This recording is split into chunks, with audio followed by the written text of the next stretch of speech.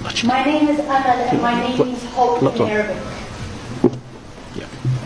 My fatherland is Syria and I chose to wear a green dress today because once upon a time my country was green.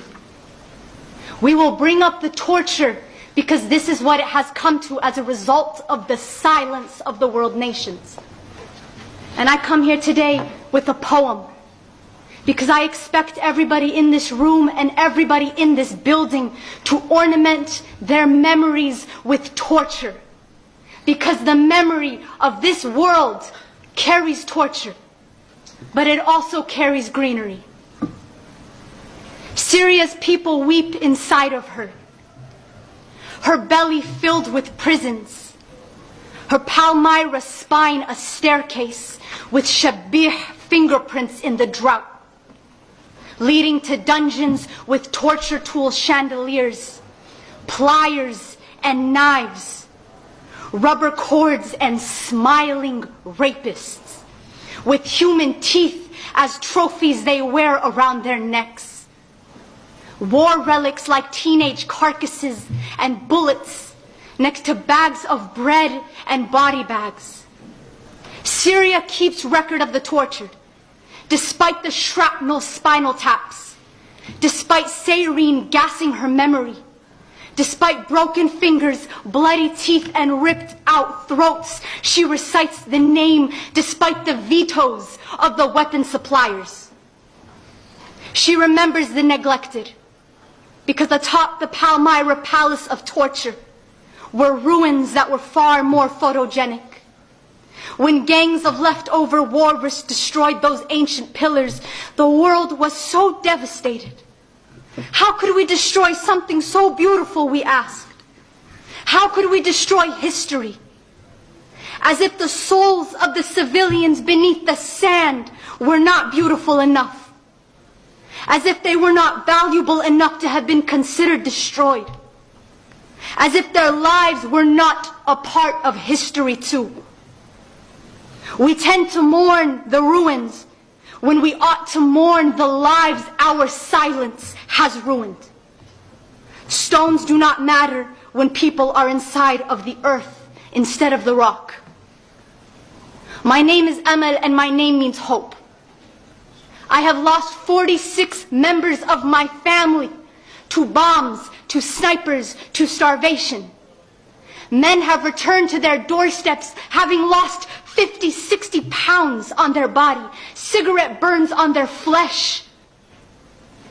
Must I remind the world of the sights of torture, the blood that drips from skin and the bruises left on the flesh? Must I remind the world of the smell of torture? Blood mixed with feces, mixed with urine, mixed with bodies stacked together with sweat. Must I remind the world that when you sleep on cold cobblestone floors, you get sick? We must stop using vocabulary words to define this absolute destruction taking place in the world. The poet's mind can serve as a torture chamber simply for the memory. But my flesh has never experienced this before. Her flesh has. She has experienced torture. My mind is the only thing that can accommodate this memory. And therefore, each and every one of us today, we will leave this room carrying the memory of torture. Because the dictator Bashar al-Assad thinks that it is acceptable to make these orders. There is no such thing as voicelessness. Everybody has a voice. That is why regimes torture. There is no such thing as voicelessness, only forgotten. And we will not forget. Here at the United Nations, we will not forget. We will remember the smells, the sounds, the sights, and the touches of torture. Instead of forcing women for the third time in a row to relive this story, we will end this one way or another. We will end this one way or another. My name is Amal and I chose to wear a green dress today because torture is not the only thing in our memory. These are countries with human beings who used to eat fruits from farms, who used to go to school, who used to go to the marketplaces.